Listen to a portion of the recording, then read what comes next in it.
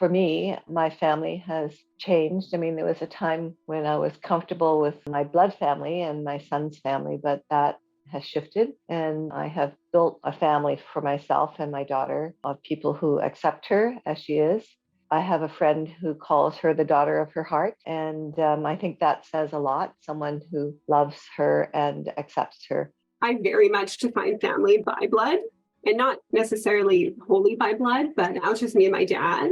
And I can't picture anybody outside our like immediate family working as hard for each other, sacrificing as much for each other than like somebody who like you were born and raised into. But I think that comes from when you don't have a lot of family, you kind of really hold on to them who's left.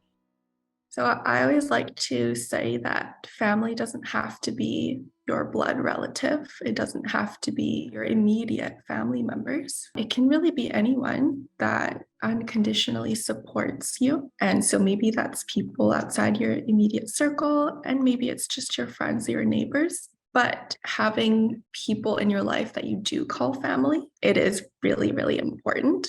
And if you don't have that support circle, it really is detrimental.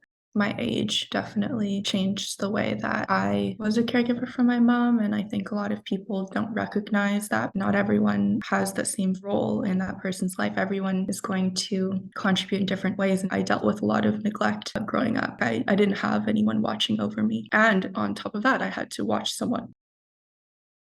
As a mother, trying to understand how to support my daughter, I've made mistakes. I've followed bad advice. I've had to come to terms with understanding who I am and what it means for me to have her in my life and what the boundaries are. It took almost 10 years to go from a child who had been outstanding in her environment to someone who dropped out of school and feeling like a failure as a parent. Understanding now that the best I can do is to be her support and to understand and to encourage her to take the right steps when she's ready.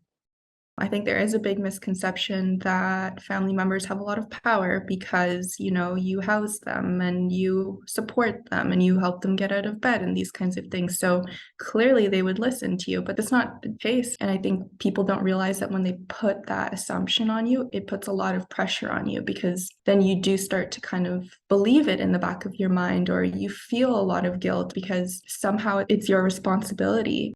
I think that guilt, like all of us probably get it. You feel so guilty that you kind of go between like letting all your boundaries go, putting all your resources into like saving this person, or it channels into anger and like barriers to protect yourself. I spent a lot of years, in one door or the other. And I had a really lovely elder. We were having a session about it, and I was like explaining this worry. It's keeping you up at night. It's making you sick kind of thing. And she shared with me something that kind of always like rang true, is that worry is like a cosmic debt that person doesn't need. They have enough on their shoulders. They don't need like to know that you're sitting at home ruining your life over it. Like they don't want to be causing harm to their family members. And she said, you just let that worry go. And like whenever you think about it, you just send out like how much you love them. That teaching about changing the worry into love really reclaimed some of my life, made me healthier, and then turned it into like a good emotion where I didn't have to be so angry all the time or so sad it was crippling. I think it's good for people to know that mental health is not treated the same way that other physical conditions are treated. I've experienced actually from other family members who didn't identify it as an illness, but instead identified it as a reaction to a situation or a person. And that's really dangerous because it starts the blame game and you start to blame people or one instance that could have caused this, but it's a disease that's multifactorial. It's caused by a lot of different things. And most of all, it should never be blamed on one person.